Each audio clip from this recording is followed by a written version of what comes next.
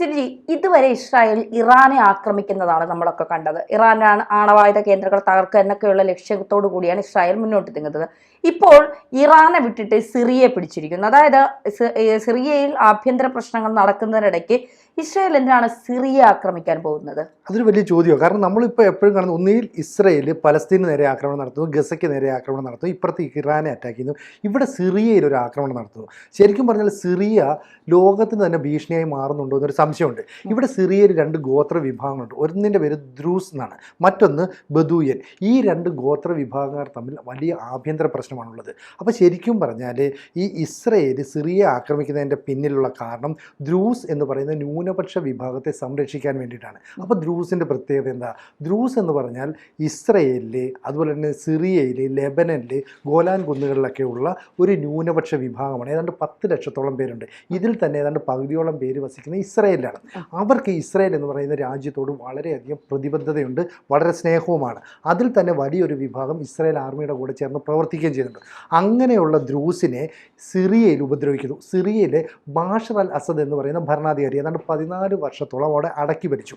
എന്നിട്ടാണ് ഇയാളെ പിന്നീട് അവിടെ നിന്ന് അട്ടിമറിക്കുന്നത്. അങ്ങനെയാണ് അഹമ്മദ് അൽ ഷൂറ എന്ന് പറയുന്ന പുതിയ ഭരണാധികാരി വരുന്നത്. ഈ അഹമ്മദ് അൽ ഷൂറ വന്നപ്പോഴേക്കും അവിടുത്തെ സിറിയൻ ഭരണകൂടം മൊത്തം ഒന്ന് വെടിപ്പാക്കാൻ തീരുമാനിച്ചു. കാരണം നിരവധി തീവ്രവാദ സംഘടനയുള്ള രാജ്യമാണ്. ആ രാജ്യത്ത് തെക്കൻ സിറിയ അടക്കി ഭരിക്കുന്ന ദ്രൂസ് ഗോത്ര വിഭാഗക്കാരാണ്. അപ്പോൾ ഉടനെ അവിടുത്തെ ആർമിയെ തെക്കൻ സിറിയയിലേക്ക് അയക്കുന്നു. എന്നിട്ട് ഇവരെ ആക്രമിക്കുന്നു. അങ്ങനെ ആക്രമിച്ചപ്പോൾ സുവൈദ് എന്ന് പറയുന്ന മേഖലയിൽ വലിയ ആക്രമണം നടത്തുന്നു. അപ്പോൾ ദ്രൂസ് കമ്മ്യൂണിറ്റി ആക്രമിക്കാനായിട്ട് അവിടുത്തെ ഔദ്യോഗിക ആർമി വരുന്നു. ഒപ്പം തന്നെ ബദൂയി എന്ന് പറയുന്ന ഗോത്ര വിഭാഗക്കാർ വരുന്നു. ഇവർ രണ്ടുപേരും കൂടെ ദ്രൂസിനെ ആക്രമിച്ചപ്പോൾ സഹായിക്കാനാണ് ഇസ്രായേൽ വരുന്നത്. കാരണം ഇസ്രായേലിലുമുണ്ട് ഈ ന്യൂനപക്ഷക്കാർ. അപ്പോൾ ന്യൂനപക്ഷ വിഭാഗത്തെ എപ്പോഴും പിന്തുണയ്ക്കുന്ന, സഹായിക്കുന്ന ഒരു രാജ്യമാണ് ഇസ്രായേൽ എന്നുകൂടി നമ്മൾ മനസ്സിലാക്കണം.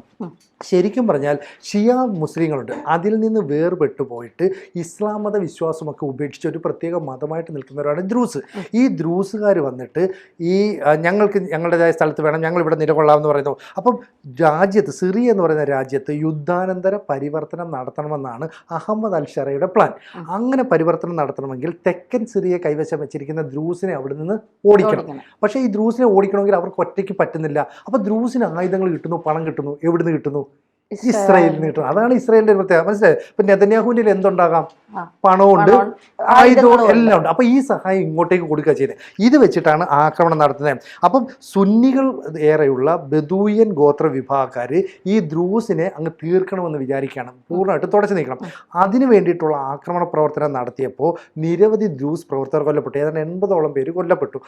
ഒരു ഇതിലും ഇല്ലാതെ നിരായുധരായ സാധാരണ ജനങ്ങൾ 27 പേര് കൊല്ലപ്പെട്ടു. അപ്പോൾ ഇവർ തിരിച്ചടിച്ചപ്പോൾ അവരുടെ കൊലപാതകം, അതായത് ബദൂയൻകാർ കൊല്ലപ്പെട്ടത് 100-ലധികമാണ്. അതെങ്ങനെയെന്ന് വെച്ചാൽ ഇസ്രായേലിലുള്ള ദ്രൂസ് വിഭാഗക്കാർ അതിർത്തി കടന്ന് ഈ പറയുന്ന സിറിയയിലേക്ക് എത്തുന്നു. എന്നിട്ട് സിറിയയിലോട്ട് ചെന്നിട്ട് ഈ ദ്രൂസ് ഞങ്ങളുടെ സഹോദരങ്ങളാണെന്ന് പറഞ്ഞിട്ട് അവിടെയുള്ള ബദൂയൻകാരെയും കൊല്ലുകയാണ്.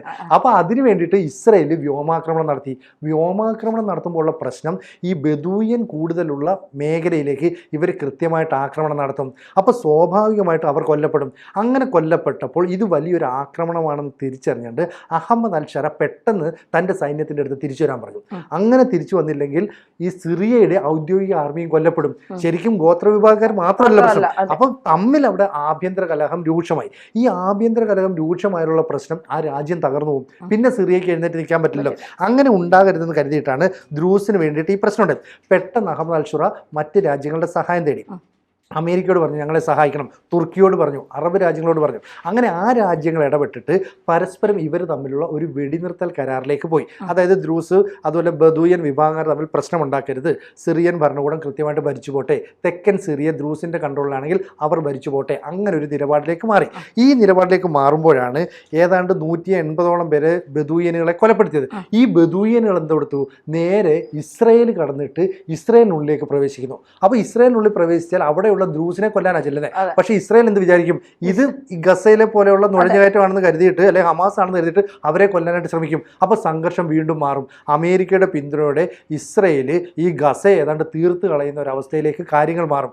അതുകൊണ്ടാണ് ഈ അമേരിക്കയും അറബ് രാജ്യങ്ങളും ഇടപെട്ട ഒരു വെടിനിർത്തൽ കരാറുണ്ടായി. ഇങ്ങോട്ടേക്ക് കടന്നു കയറിയ ബദൂയൻ വിഭാഗക്കാരെയൊക്കെ തിരിച്ചു പോകാൻ അനുവദിക്കുന്നു. അങ്ങോട്ടേക്ക് വന്ന ഈ ദ്രൂസുകാരെ തിരിച്ചു വരാൻ ആവശ്യപ്പെടുന്നു.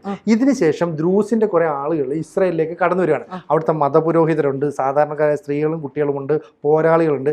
അവരെയൊക്കെ ഇസ്രായേൽ മാലയിട്ട് സ്വീകരിക്കുന്നു, സ്വീറ്റ്സ് കൊടുക്കുന്നു. കാരണം ഇവർ പോരാളികളാണ്.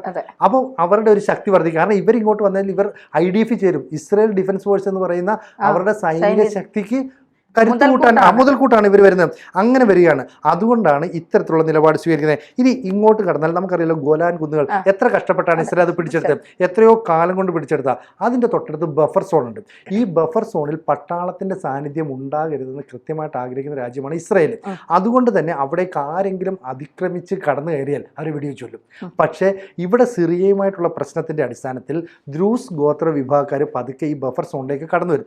എന്നിട്ടാണ് ഇവർക്ക് ഗോലാൻ കുന്നിലേക്ക് പോകേണ്ടത്. കാരണം അവിടെ ഈ ദ്രൂസ് വിഭാഗത്തിലെ ന്യൂനപക്ഷക്കാരായ ആളുകൾ താമസിക്കുന്നു. ഇവരുടെ ബന്ധുക്കളൊക്കെ ആയിരിക്കാം. അങ്ങനെയുള്ള ആളുകൾ കടന്നു കയറിയപ്പോൾ ഇസ്രായേൽ വെടിവെക്കുന്നില്ല. അപ്പോൾ ഇസ്രായേൽ അവരെ സഹായിക്കുന്നു. അപ്പോൾ ഇസ്രായേൽ ഒരു ഇരട്ടത്താപ്പ് കാണിക്കുന്നു എന്നുള്ള രീതിയിൽ പലസ്തീനെ അനുകൂലിക്കുന്ന സംഘടനകൾ നിലപാട് സ്വീകരിക്കുന്നു. ഇപ്പോൾ തുർക്കിയുടെയൊക്കെ നിലപാട് അറിയാമല്ലോ. അവർക്ക് സ്വാഭാവികമായിട്ട് ഇസ്രായേലിനെ ഉള്ള ഒരു എതിർപ്പുണ്ടാവും. അപ്പോൾ ദ്രൂസ് സമുദായങ്ങളും സുന്നി വിഭാഗങ്ങളടങ്ങിയ ബദൂയൻ വിഭാഗങ്ങളും തമ്മിലുള്ള ആക്രമണങ്ങൾ, തമ്മിലുള്ള സംഘർഷങ്ങൾ ഇത് ഓരോ ദിവസവും രൂക്ഷമായി വരികയാണ്. അങ്ങനെ രൂക്ഷമായി വരുമ്പോൾ ഇസ്രായേൽ അവരുടെ ആയുധങ്ങളുമായിട്ട് രംഗത്ത് വരുമെന്ന കാര്യത്തിൽ സംശയം വേണോ? ഇല്ല, ഒരു സംശയവുമില്ല. കാരണം ഇസ്രായേലിനെ സംബന്ധിച്ചിടത്തോളം എപ്പോഴും അവരുടെ ജനതയ്ക്ക് അവർ വലിയ രീതിയിലുള്ള പ്രൊട്ടക്ഷൻ കൊടുക്കുന്ന ഒരു രാജ്യമാണ്. ഇതിനിടയ്ക്ക് മറ്റൊരു വാർത്ത കൂടി വരുന്നുണ്ടല്ലോ, ഗസയിലെ ഒരു ക്രിസ്ത്യൻ പള്ളി ഇസ്രായേൽ തകർത്തു എന്നുള്ളത്. അതെന്താ സംഭവം? അത് ശരിക്കും പറഞ്ഞാൽ ഇപ്പം ഇസ്രായേൽ എന്ന് പറഞ്ഞാൽ എന്താണ്? ജൂതന്മാരുടെ രാജ്യമാണ്. ജൂതന്മാരുടെ രാജ്യത്തിന് ശരിക്കും പറഞ്ഞാൽ ക്രൈസ്തവരോട് അത്ര വലിയ പ്രതിബദ്ധത ഉണ്ടെന്ന് നമുക്ക് പറയാൻ പറ്റില്ല. അതുകൊണ്ട് തന്നെ ഗസയിലുള്ള ഏക ക്രൈസ്തവ ദേവാലയത്തിന് നേരെ ഇസ്രായേൽ ആക്രമണം നടത്തിയെന്നും 2 പേർ കൊല്ലപ്പെട്ടു എന്നുള്ള വാർത്തയാണ് പുറത്തു വരുന്നത്. ഏതാണ്ട് പുരോഹിതനടക്കം 5ഓളം പേർക്ക് പരിക്കേൽക്കുകയും ചെയ്തിട്ടുണ്ട്. പക്ഷേ ഇസ്രായേൽ ഇക്കാര്യം ഔദ്യോഗികമായി സമ്മതിച്ചിട്ടില്ല.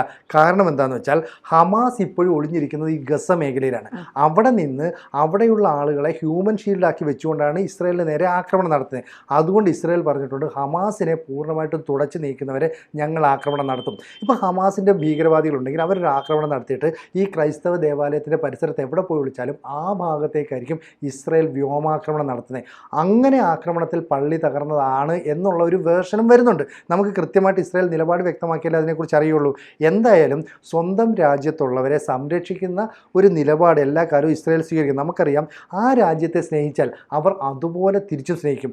ഇന്ത്യക്ക് ഈ പറയുന്ന പാകിസ്ഥാൻകാർ കടന്നു കയറിയ ഒരു സംഭവം ഉണ്ടല്ലോ ഇന്ത്യയിൽ, അതായത് കാർഗിൽ മലനിരകൾക്ക് മുകളിൽ കയറിയെന്ന് നമ്മളെ ആക്രമിച്ചില്ലേ? അന്ന് ആരാ ഇന്ത്യ സഹായിച്ചത്?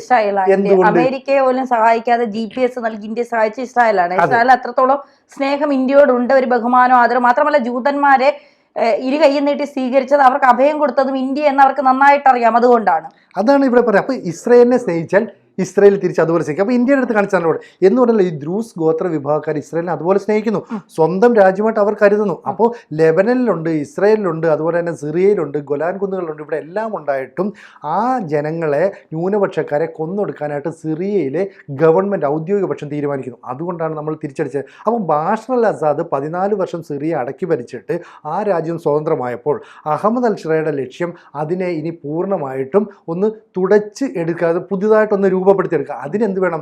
ദ്രൂസ് വിഭാഗക്കാരുള്ള ഗോത്രക്കാരെ മുഴുവൻ മാറ്റണം. കാരണം ഇവർ സുന്നി വിഭാഗക്കാരല്ല, അതുകൊണ്ട് ഇവരെ തീർക്കണം. ഇതാണ് ചിന്ത. അങ്ങനെ ചെയ്തു കഴിഞ്ഞാൽ ഞങ്ങളുടെ ദ്രൂസ് സഹോദരന്മാരെ സംരക്ഷിക്കാനെന്ന് പറഞ്ഞിട്ട് ബെഞ്ചമിൻ നെതന്യാഹുവിൻ്റെ ഇസ്രായേൽ രംഗത്ത് വരുന്നു. ഇതാണ് ഇവിടെ കണ്ടുകൊണ്ടിരിക്കുന്നത്. അപ്പോൾ ഗോത്ര വിഭാഗക്കാർ തമ്മിൽ അവിടെ ആഭ്യന്തരമായിട്ട് വലിയ കലഹം ഉണ്ടാകുന്നു.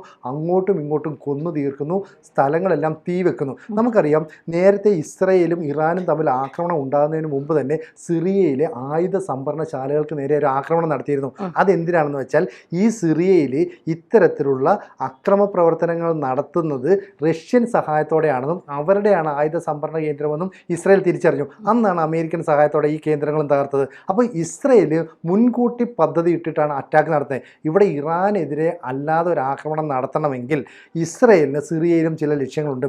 എന്ന് പറഞ്ഞാൽ ഗൊലാൻ കുന്നുകളിൽ ഉൾപ്പെടെ കൂടുതൽ ഇസ്രായേലി ആളുകളെ കൊണ്ട് പുനരധിവസിപ്പിക്കാം. ദ്രൂസ് മേഖലയിലുള്ള മുഴുവൻ ആളുകൾക്കും സംരക്ഷണം നൽകാം. അപ്പോൾ അവരുടെ കമ്മിറ്റ്മെൻറ്റ് മുഴുവൻ ഈ ഇസ്രായേൽ എന്ന് പറയുന്ന രാജ്യത്തോടായിരിക്കും. അതുകൊണ്ട് സിറിയ ഇനിയും വാല് പൊക്കുകയാണെങ്കിൽ ഇസ്രായേൽ ആക്രമിക്കുമെന്ന കാര്യത്തിൽ സംശയം വേണ്ട. ദ്രൂസ് ബദൂയൻ വിഭാഗക്കാർ തമ്മിലുള്ള ആ ആക്രമണങ്ങൾ, ഗോത്ര വിഭാഗക്കാരാണ്, ഇവർ തമ്മിലുള്ള ആഭ്യന്തര പ്രശ്നങ്ങൾ അവസാനിച്ചില്ലെങ്കിൽ സിറിയ എന്ന് പറയുന്ന രാജ്യത്തിൻ്റെ അധപ്പതനം എത്രയും പെട്ടെന്ന് ഉണ്ടാകുമെന്ന കാര്യത്തിൽ സംശയവും വേണ്ട. അതെ.